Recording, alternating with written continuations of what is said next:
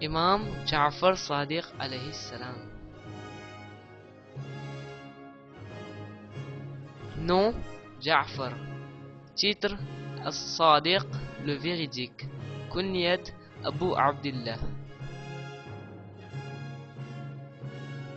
Son père est Imam Muhammad al-Baqir alayhi salam et sa mère Bibi Farwa bint Qasim alayha salam.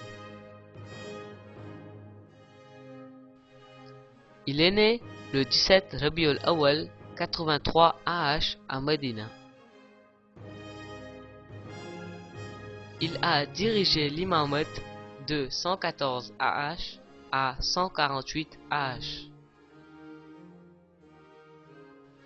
Il a été shahid le 25 Shawwal 148 AH. Sa sépulture se trouve à Médina, en Arabie Saoudite. Imam alayhi salam a la même date de naissance que notre saint prophète sallallahu alayhi wa sallam. Parmi ses titres, on note celui de Al-Fadil, celui qui est couronné de succès, et Al-Tahir, le pur. Il a été élevé par son grand-père, Imam Ali Zainul Abidin alayhi salam, pendant 12 ans, puis c'est son père, Imam Muhammad al-Baqir alayhi salam, qui s'occupait de lui pendant 19 ans. À l'époque d'Imam alayhi salam, les Bani Abbas prirent les règnes du pouvoir politique des mains des Bani Umayya. Pendant cette période de guerre et de remue-ménage entre les tribus, Imam alayhi salam avait la tranquillité car les dirigeants n'avaient pas le temps de l'embêter.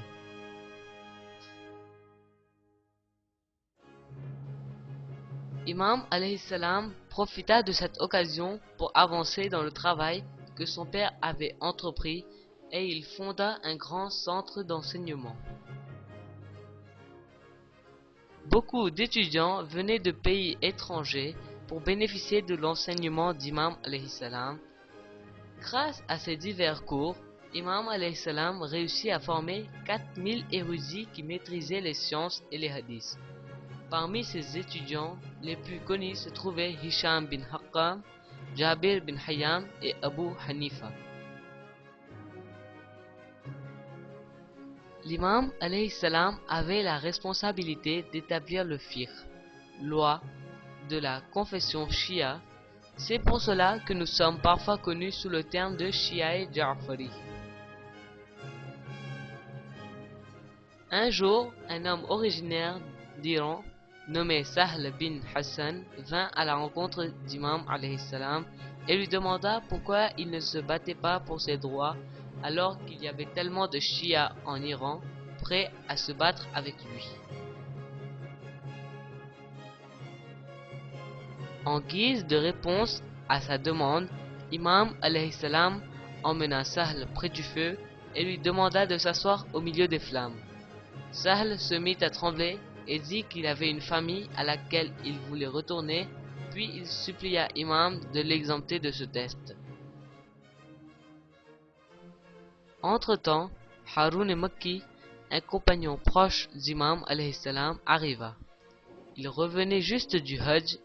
Imam alayhi salam lui demanda de se jeter dans le feu, ce qu'il fit immédiatement.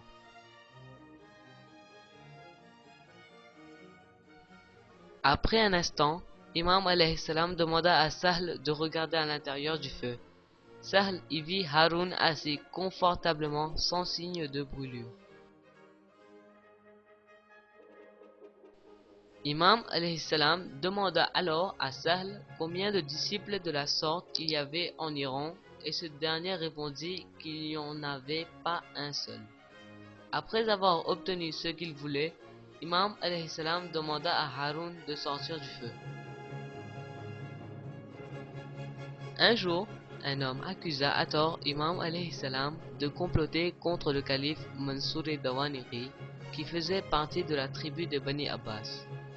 Quand il fut convoqué à la cour pour rendre compte de ses actions, Imam alayhi salam nia l'accusation et demanda à l'homme de répéter sous serment ce qu'il avait dit. L'homme commença son serment par les louanges d'Allah mais Imam alayhi salam lui demanda de faire sa déposition en affirmant qu'il était indépendant de la protection d'Allah et qu'il se fiait à sa seule force et sagesse.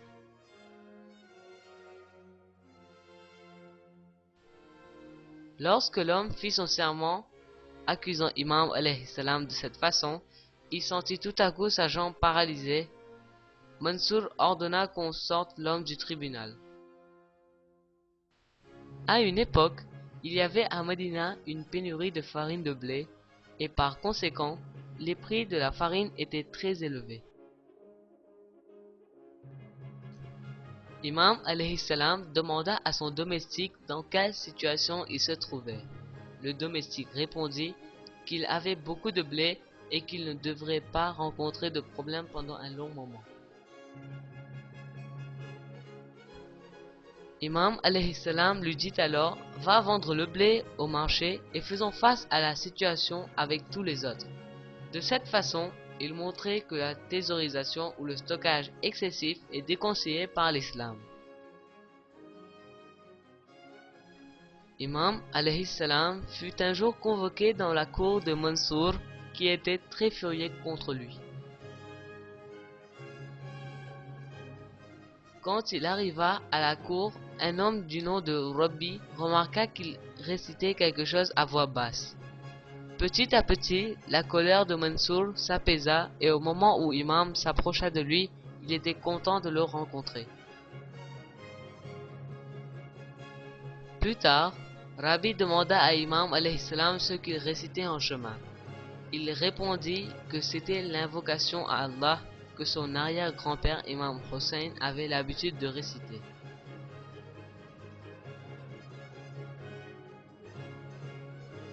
Ô toi qui pourvois à mes besoins en cas de coup dur, ô toi qui m'aides en cas de malheur, garde ton œil sur moi.